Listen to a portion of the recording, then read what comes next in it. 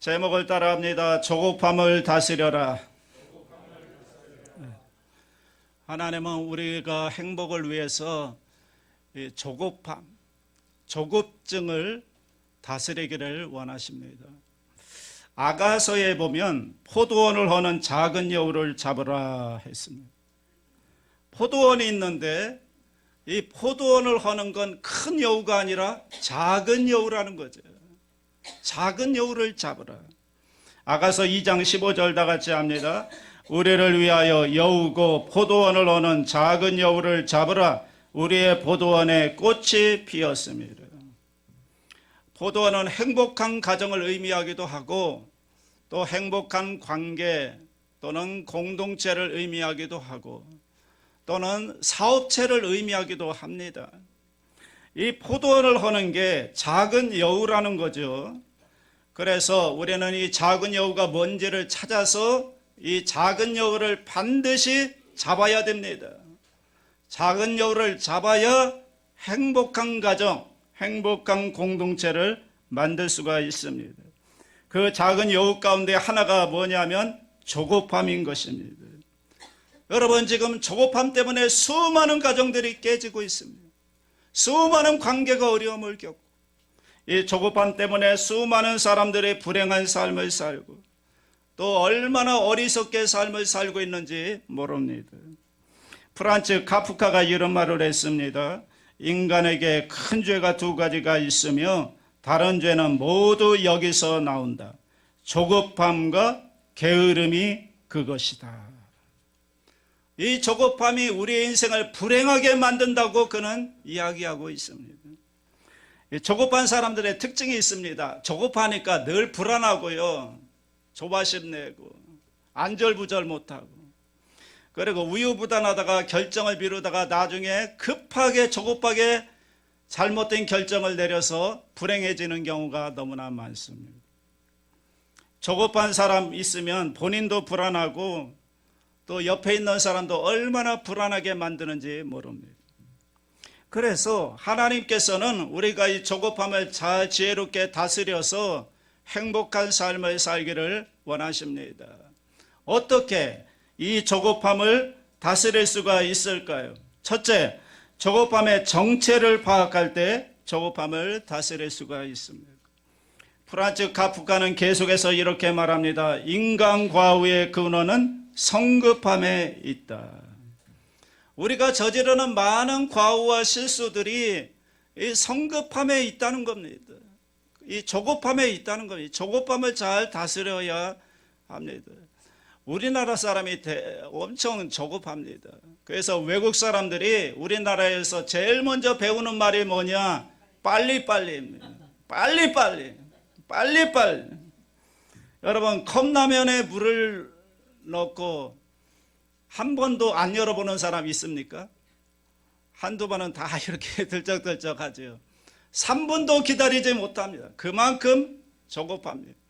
요즘 택배도 빨리빨리 배달을 해야 합니다. 조금만 늦으면 견디지 못합니다. 조급합니다. 지금 우리나라 행복지수가 굉장히 낮다고 합니다. 우리나라 정말 잘 살잖아요. 여러분 정말 잘 살잖아요. 그런데 조급하고 화가 나 있고 견디지 못하고 뭐 하나만 실수해도 SNS에 올리고 거기에 댓글을 달고 정말 무서운 세상이 되어가고 있습니다. 아주 불만족스러워. 정말 잘 사는데 실상을 들여다보면 굉장히 불행하게 살고 있다는 것입니다. 다 조급함 때문에 그렇습니다. 그래서 조급함의 정체를 파악해 봐야 합니다. 조급함의 정체가 뭘까요? 첫째, 조급함의 뿌리에 게으름이 있습니다. 여러분, 이 조급함과 게으름이 같이 가는 겁니다. 그래서 게으름은 조급함을 낳습니다. 게으르기 때문에 준비를 하지 않습니다. 준비를 하지 않다가 막상 일에 부딪히면 막 조급해지는 것입니다. 성경에서 말하는 지혜는 거듭 미래를 준비하는 데 있습니다. 그런데 게으른 사람들은 미래를 준비하지 않습니다. 미래를 준비하지 않기 때문에 일이 딱 닥치면 조급해지는 것입니다. 잠언 20장 4절 보세요. 다 같이 합니다.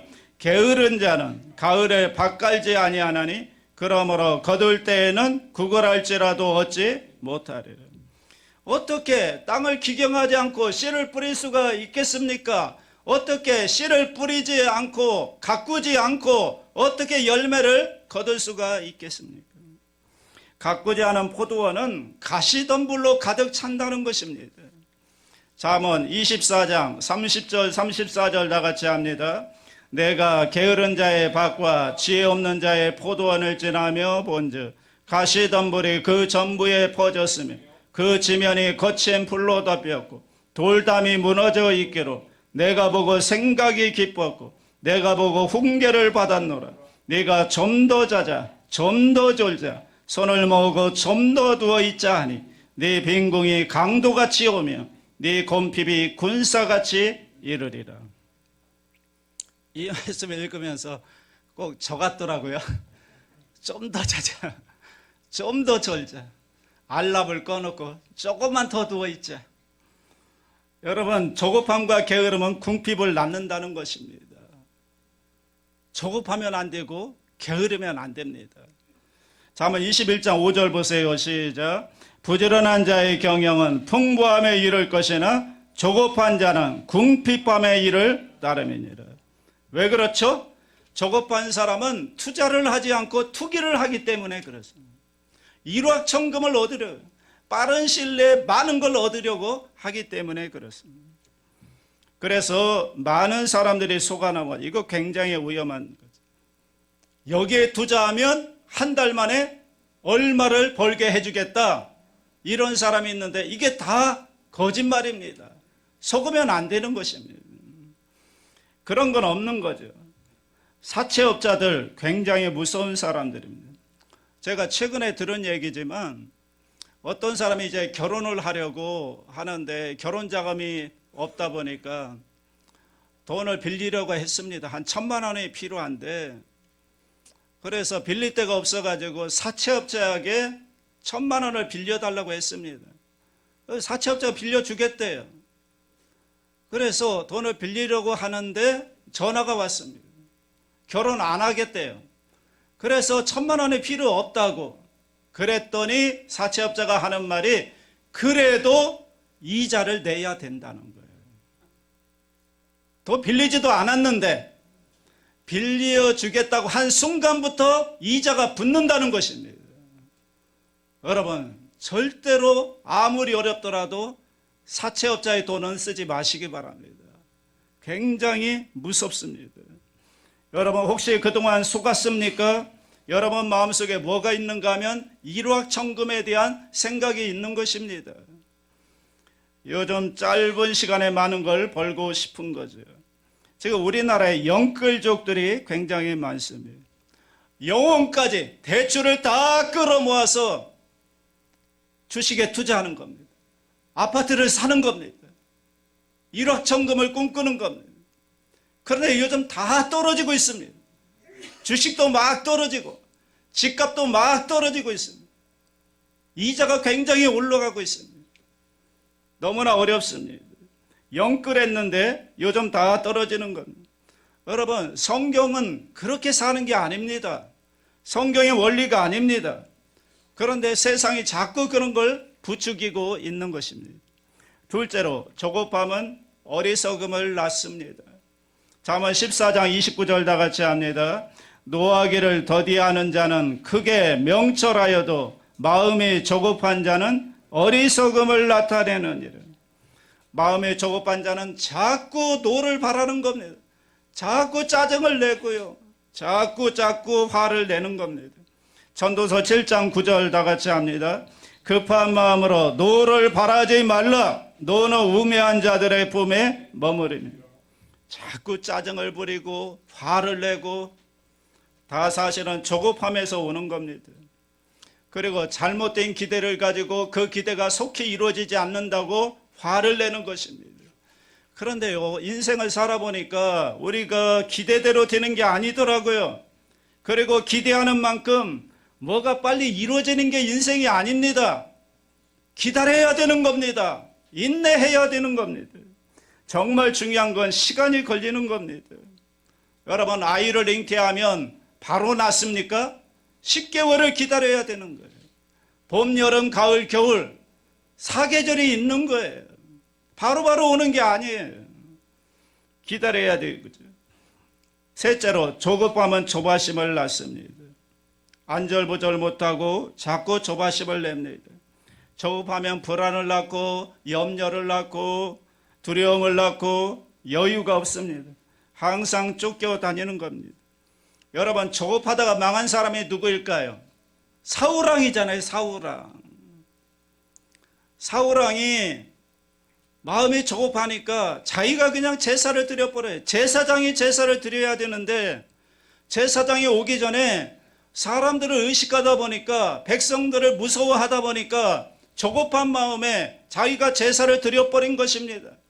그래서 결국 하나님께 버림받게 된 것입니다. 사무엘상 13장 13절 14절 다 같이 합니다. 사무엘이 사울에게 이르되 왕이 망령되이 행하였도다. 왕의 하나님 야훼께서 왕에게 내리신 명령을 지키지 아니하였도다.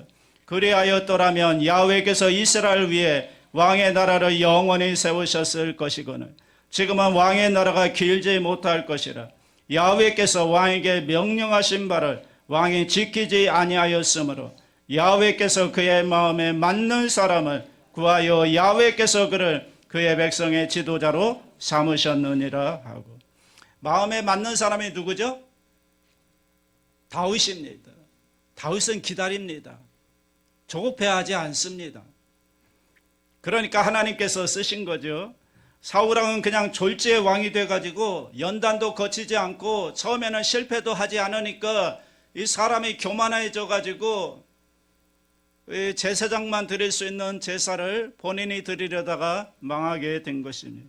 그런데 다윗은 연단을 받고요, 기다립니다. 사울왕을 죽일 기회가 몇 번 있었는데 결코 손대지 않습니다. 이 왕은 하나님의 기름 부으심 받은 종이라고 자기가 손대지 않고 기다립니다. 기다렸더니 하나님의 때에 하나님의 역사에서 위대하게 쓰임받게 됩니다. 여기서 우리가 배울 수 있는 것은 조급하면 오래 쓰임받지 못한다는 것입니다. 그리고 조급하면 끝까지 쓰임받지 못합니다. 조급하면 하나님의 말씀보다 육신의 자기 생각을 따를 경우가 많습니다. 조급하면 하나님의 말씀을 따라 살지 않고 상황에 따라 살게 됩니다. 넷째로, 조급한 사람은 말을 함부로 합니다. 잠언 29장 20절 다 같이 합니다. 내가 말이 조급한 사람을 보느냐 그보다 미련한 자에게 오히려 희망이 있느니라. 자꾸 생각 없이 말하고 말로서 상처를 주고. 말로 상처 주는 사람의 특징이 뭔지 아십니까? 자기는 뒤끝이 없다는 거예요. 아니, 뒤끝이 없긴 뭐가 없습니까? 상처받은 사람은 얼마나 힘든데요. 여러분, 말로 상처받은 사람은요, 그게 몇 개월을 가든지 아니면 몇 년을 갑니다. 너무너무 힘들어 하는 겁니다. 그래서 말을 절대로 함부로 하면 안 됩니다. 하나님 앞에서 하나님을 의식하고 말을 절제해야 되는 것입니다. 전도서 5장 2절 보세요. 다 같이 합니다. 너는 하나님 앞에서 함부로 입을 열지 말며 급한 마음으로 말을 내지 말라. 하나님은 하늘에 계시고 너는 땅에 있음이니라. 그런즉 마땅히 말을 적게 할 것입니다. 지혜로운 사람은 교회에 와서 말을 적게 하는 사람입니다. 이게 지혜로운 사람입니다. 말이 많다 보면 실수도 하게 되고 그 말로서 또 상처받는 사람이 생겨요. 나는 그런 의도가 아니었는데 듣는 사람은 그 말을 통해서 상처받는 경우가 이상하게 일어납니다. 이게 마귀도 역사하기 때문에 그렇다고 생각합니다. 조급한 사람은 극단적인 말을만, 또 약속을 못 지키는 말들을 막 남발하는 겁니다. 저는 목회 초기에 정말 약속을 못 지키는 말을 남발을 많이 했습니다. 목사님들 만나면 언제 우리 밥 한번 식사 한번 해요 이런 말을 자주 했는데 식사한 적이 없어요. 그렇게 말해놓고 약속을 못 지키는 말을 막 남발하는 거예요. 지금도 지방의 목사님들 만나면 우리 언제 한번 식사해요, 이 말이 요 목까지 나왔다가 제가 꾹 참습니다. 왜냐하면 내가 못 지키기 때문에. 처음에는 성도님 누가 와서 기도 부탁하면 당연히 기도해 드리죠. 제가 매일매일 기도하겠습니다 했는데, 그런데 약속을 못 지키는 경우가 너무나 많습니다. 요즘은 어떻게 하는가 하면 그냥 그 자리에서 기도해 드립니다. 그 자리에서 안수해 드립니다. 물론 기도하지만, 그런데 너무 약속을 남발하다 보니까 못 지키는 경우가 너무 많으니까 하나님 앞에 힘든 거죠. 그래서 둘째로, 조급함을 다스릴 줄 아는 지혜를 얻을 때 행복한 삶을 살게 됩니다. 첫째, 미리미리 준비할 때 조급함을 다스릴 수가 있습니다. 자, 잘 준비된 사람은 마음에 여유가 있잖아요. 마음에 안식을 누릴 수가 있습니다. 마음에 여유가 있으면 이 기회를 잘 포착하게 되는 겁니다. 그런데 조급한 사람은 마음에 여유가 없기 때문에 기회가 와도 그걸 보지 못하는 겁니다. 여유가 있어요. 여기에 좋은 예화가 없을까 하다가 못 구했는데, 아까 주일 2부 예배 전에 예화를 하나 건졌습니다. 우리 김영재 장로님 5월 26일 날 우리 선교사님 또 식사 대접을 하는데, 지금부터 미리미리 준비하는 거예요. 몇 시에 식당을 예약하고 또 차량은 어떻게 이동할 것인가 미리미리 지금 다 준비하고 있는 거예요. 미리미리 준비하는 사람은 그 당일에 조급하지 않는 겁니다. 왜? 준비가 다 되어 있기 때문에. 그래서 여러분, 삶의 지혜는 미리미리 준비하는 겁니다. 미리 계획하고 미리 준비하고, 그러면 마음에 여유가 있기 때문에 삶을 행복하게 살 수가 있습니다.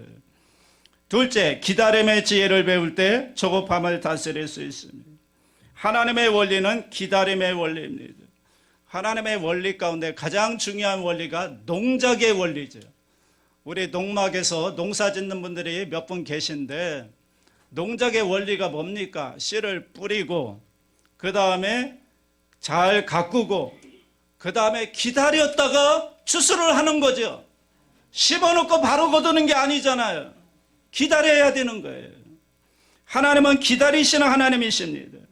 기다리면서 은혜를 베푸는 거예요. 왜 기다릴까요? 우리가 하나님 앞에 나오길 기다리고, 우리가 하나님께 기도하고 하나님께 맡기기를 기다렸다가 은혜를 베풀고 응답을 베풀려고 하나님은 기다리시는 하나님이십니다.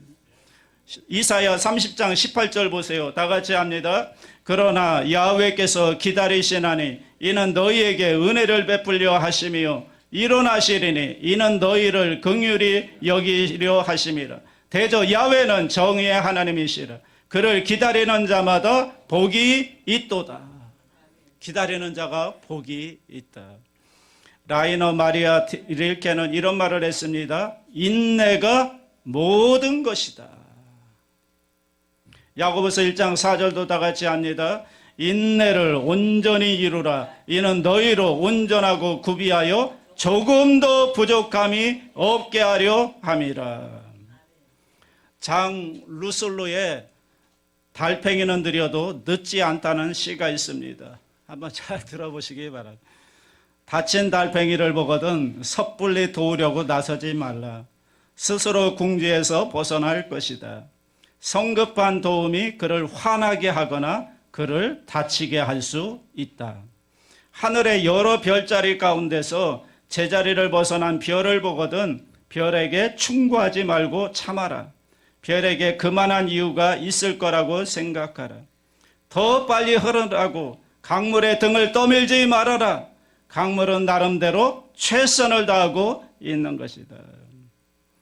느려도 느린 게 아니라는 거죠. 여러분, 기다림은 게으름이 아닌 것입니다. 수몽크가 이런 말을 했습니다. 계란은 부화를 통해 병아리가 된다. 부화한다는 것은 발육에 필요한 조건을 조성한다는 뜻인다. 그 조건이 무엇일지 궁금했다. 그때 퍼뜩 깨달았다. 어둠이었다. 모든 생활은 어둠 속에서 부화한다. 비로소 나는 내가 처한 어둠이 거룩한 어둠임을 알았다. 나는 뭔가 새로운 것을 부화하고 있었다. 새 생명이 자라 출현할 때마다 그 과정에 어둠이 꼭 필요하다. 번데기 안에 애벌레든 땅속의 씨앗이든 태내의 아이든 영혼 안에 참자든 모두 어둠 속에서 기다리는 시간이 있다. 우리 아이들이 엄마의 태 안에서 어둠 속에서 10개월을 자란 다음에 세상에 나오는 것입니다. 씨앗이 땅 속에 심겨져서 땅 속의 어둠 속에서 자라고 있는 것입니다. 여러분, 태초에 이 땅이 혼돈하고 공허하며 흑암이 깊음 위에 있을 때 빛이 임했던 것입니다.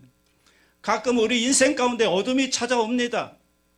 사업에 실패해서 어둠 가운데 있는 분들이 있고, 삶의 어려워서 어둠 가운데 있는 분들이 있습니다. 이 어둠 가운데 여러분 기도하고 기다리면 그 속에서 새로운 역사가 창조가 되는 것입니다. 어둠의 시간은 기다리는 시간입니다. 기도하는 시간입니다. 하나님을 의지하는 시간입니다. 그 어둠 속에서 새로운 역사, 새로운 창조의 역사가 시작되는 것입니다.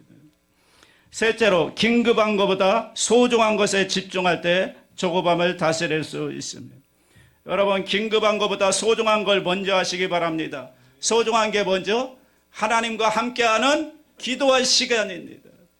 말씀 읽고 성경을 암송하는 시간입니다. 물맷돌 기도하는 시간입니다. 하나님 먼저 만나야 됩니다. 하나님께 기도하는 시간을 먼저 가지셔야 합니다. 여러분, 성령보다 앞서면 안 됩니다. 말씀을 읽고 말씀을 암송하고 물맷돌 기도를 통해서 하나님을 만나고 하나님의 음성을 듣고 성령의 인도를 받을 때 우리는 조급하지 않을 수가 있습니다. 우리가 문제가 뭡니까? 늘 하나님보다 앞서기 때문에 문제가 되는 것입니다. 하나님보다 절대로 앞서지 않기 위해서는 먼저 소중한 것을 먼저 하시기 바랍니다. 말씀 읽고 기도하고 말씀을 암송하고 하나님을 만나고 성령의 충만함을 받고 하루를 시작하시기 바랍니다. 제가 경험해 보니까요, 모든 소중한 것은 시간이 걸립니다. 인격 하루아침에 되는 게 아닙니다. 거목 하루아침에 자라는 게 아닙니다. 시간이 다 걸리는 겁니다. 왜 조급함이 불행할까요? 조급함은 사랑의 적이기 때문에 그렇습니다. 여러분, 사랑하려면 시간이 필요한 겁니다. 존 오토버그는 이렇게 얘기합니다. 조급증의 가장 큰 증상은 사랑할 수 있는 능력을 감소시키는 것이다. 사랑과 조급증은 근본적으로 함께할 수 없다. 사랑에는 언제나 시간이 필요한데 시간이 조급한 사람들이 가지고 있지 않은 것 중 하나가 사랑이기 때문입니다. 사랑하려면 시간이 필요하다. 계속해서 이렇게 얘기합니다. 우리의 삶에서 조급함을 가차없이 추방해야 한다. 이것은 절대로 바쁘지 말아야 한다는 의미가 아니다. 예수님께서는 할 일이 굉장히 많으셨지만 사랑을 바라는 사람이 있다면 아무 방해를 받지 않고 사랑을 줄 수 있을 만큼의 범위에서 일하셨다. 예수님께서는 홀로 기도하기 위해 일 없는 시간을 정기적으로 가지셨다. 예수님께서는 종종 바쁘긴 하셨지만 결코 조급하지 않으셨다. 제일 중요한 게 뭐죠? 아내가 남편에게 여보 시간 좀 내요. 우리 얘기 좀 합시다. 대화 좀 해요. 그러면 시간을 내야죠. 그런데 나 바빠 그러면서 밖에 나가서는 모든 여자에게 친절하게 대하는 그런 나쁜 남편도 있습니다. 여러분, 바빠가 나빠가 되는 겁니다.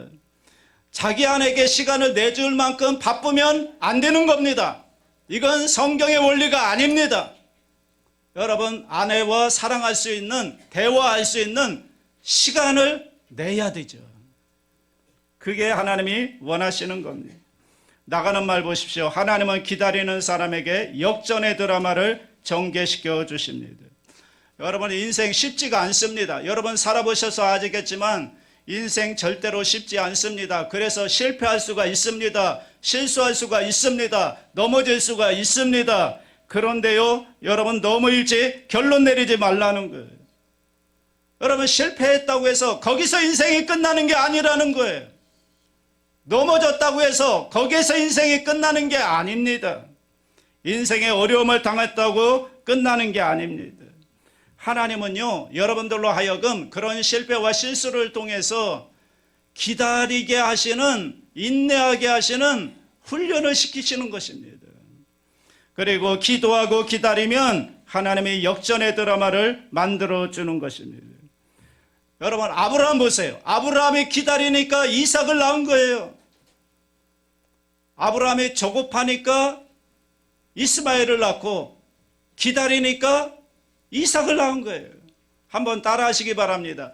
조급하면 이스마엘을 낳고 기다리면 이삭을 낳는다.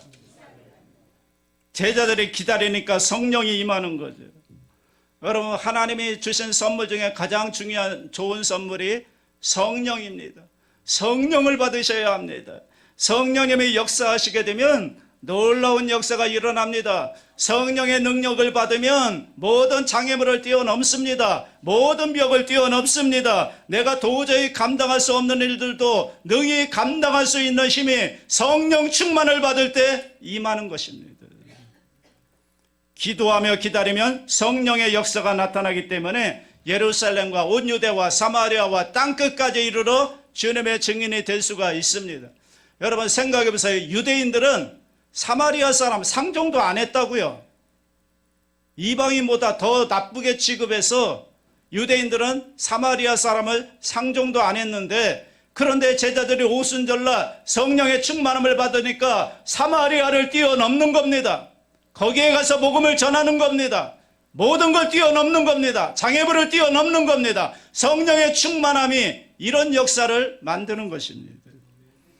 여러분, 교회도 성령의 능력이 임해야 됩니다. 여러분도 성령을 받으셔야 됩니다. 요셉 보세요. 애굽의 종으로 팔려갔지만 요셉이 성령을 받으니까 언어를 뛰어넘잖아요. 그 애굽을 뛰어넘잖아요. 그래서 모든 사람의 생명을 구원하는, 만민의 생명을 구원하는 그런 일을 이루게 됩니다. 저는 우리 교회가 성령 충만해야 할 줄 믿습니다. 우리 자녀들이 성령 충만해야 할 줄 믿습니다. 다른 거 필요 없습니다. 성령 받으면 끝나는 겁니다. 하나님이 하시면 되는 겁니다. 기적이 나타나는 것입니다. 기도하면 놀라운 일이 벌어지는 것입니다. 옛날 얘기가 아닙니다. 지금도 똑같이 성령님은 역사하십니다. 환경은 변했지만, 시대는 변했지만 성령의 역사는 변하지 않았습니다. 지금도 하나님이 살아계셔서 역사하고 계십니다. 지금도요, 기도하면 병이 낫습니다. 지금도 기도하면요, 기적이 일어납니다. 지금도 기도하면요, 성령 충만 받을 수가 있습니다. 우리 교회가 정말 모두가 기도함으로 성령 충만 받기를 주의 이름으로 축원합니다.